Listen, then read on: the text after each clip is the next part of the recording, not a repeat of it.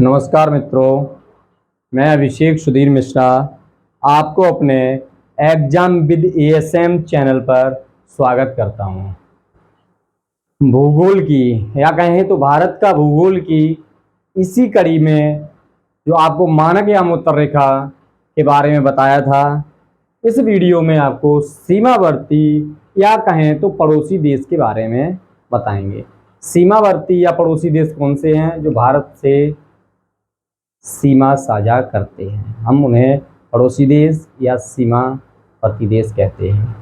तो आते हैं, दो प्रकार की सीमा होती है, किसी भी देश की दो प्रकार की सीमा होती है। एक होती है प्राकृतिक सीमा और दूसरी होती है मानव निर्मित सीमा। भारत की और पड़ोसी देशों के साथ कैसी सीमा है, तो कहें सबसे पहले हम प्राकृतिक सीमा और मानव निर्मित सीमा, फिर आते हैं हम स्थलीय सीमा।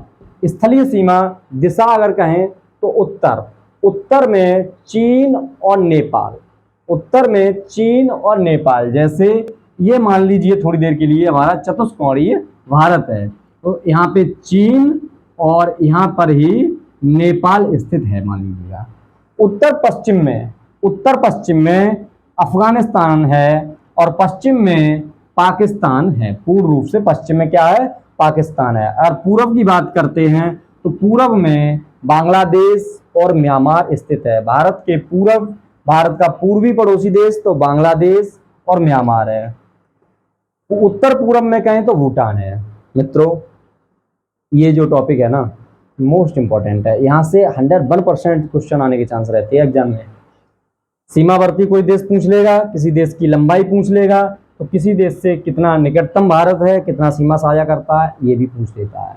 और हर एग्जाम में कहीं ना कहीं इससे क्वेश्चन देखने को मिलता है। आप सभी से रिक्वेस्ट है कि वीडियो को लाइक शेयर जरूर करिए, चैनल को सब्सक्राइब करिए। इसी में चलते हैं आगे, देखते हैं भारत की सर्वाधिक लंबी स्थलीय सीमा बांग्लादेश के साथ है। भारत की सर्वाधिक लंबी स्थलीय सीमा बांग्लादेश के साथ है।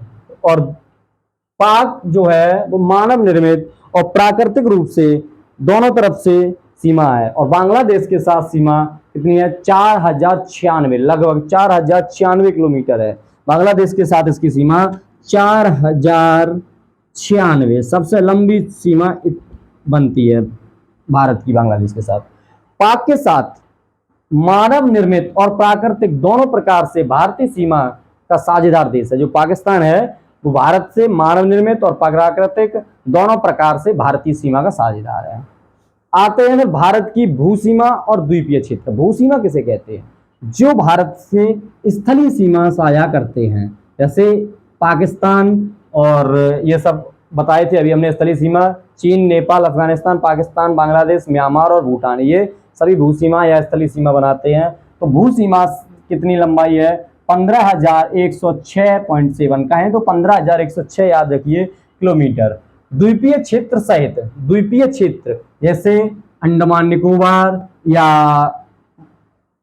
मालदीव, लक्षद्वीप, पुडुचेरी, ये जो भी आपके द्वीपीय क्षेत्र है उसकी सीमा 7516 किलोमीटर, अगर कहें 7516 किलोमीटर के साथ भारत सीमा करता है द्वीपीय क्षेत्रों के साथ।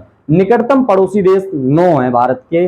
निकटतम पड़ोसी देश कितने हैं, तो 9 हैं। कौन कौन से हैं, पाकिस्तान, अफगानिस्तान, पाकिस्तान, अफगानिस्तान। 2-3 बार को पढ़िए, तुरंत लर्न हो जाए, कोई जरूरत नहीं है ज्यादा फालतू का मतलब पढ़ने का है। आराम से ये पढ़िए, एक कोई थ्योरी की थोड़ी सी पतली सी बुक ले लीजिए और मेरे साथ इसी फॉर्म में पढ़ते रहिए। तमाम देखते देखते आपको ज्योग्राफी अपनी करा देंगे, है ना। कोई अपना हुआ हो या ना हुआ हो, आपको बातों बातों में ज्योग्राफी अपनी करा देंगे। तो आते हैं पाकिस्तान, अफगानिस्तान, चीन, नेपाल, भूटान, म्यांमार, बांग्लादेश, मालदीव, श्रीलंका। पाकिस्तान, अफगानिस्तान, चीन, नेपाल, भूटान, म्यांमार, बांग्लादेश, मालदीव, श्रीलंका, ये सभी हमारे निकटतम पड़ोसी देश हैं। निकटतम पड़ोसी देशों की संख्या 9 है। श्रीलंका को भी अपना पड़ोसी देश मानते हैं।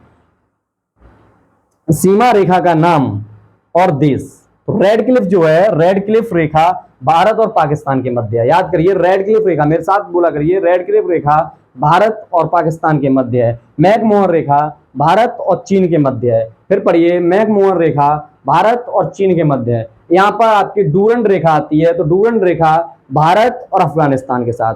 और पाकिस्तान अफगानिस्तान के साथ डूरन रेखा, भारत अफगानिस्तान पाकिस्तान अफगानिस्तान, यहाँ से आपका क्वेश्चन आने की संभावना रहती है। आप 2 से 3 बार इस वीडियो को देखिए और इसी फॉर्म में एक ज़्यादा मोटी नहीं, पतली सी 100-200 पेज की कॉपी बना लीजिए और यहाँ से नोट करते चलिए इसी फॉर्म में, और 1-2 बार दिन में 5 मिनट 2 मिनट रिवीजन कर लिए, वीडियो को 1-2 बार देख लिए, बस पूरा एकदम क्लियर हो जाएगा, है ना। आपको किसी को कोई डाउट हुआ करे तो हमें कमेंट में बताया करें। आपका सुझाव हमेशा सर्वोपरि रहेगा। आपके सुझाव के अनुसार अपने रणनीति पढ़ाने की चेंज कर देंगे, क्योंकि आपको यदि समझ में आएगा तभी संपूर्ण या पूर्ण तरीके से हम भी संतुष्ट रहेंगे। सभी मित्रों को सहृदय धन्यवाद।